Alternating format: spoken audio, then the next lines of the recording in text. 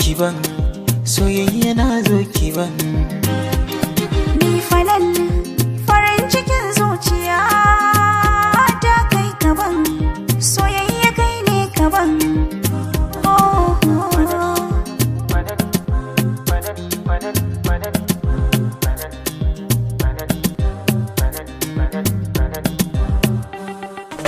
na baki kai na tuni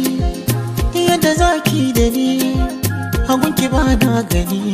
aibu gare da ke magani sila ta warkar da ni Allahu ne masani gaibu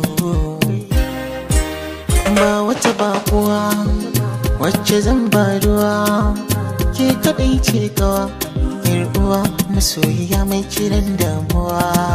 fanin wani rikici cikin zuciya kiban soyayya na zo kiban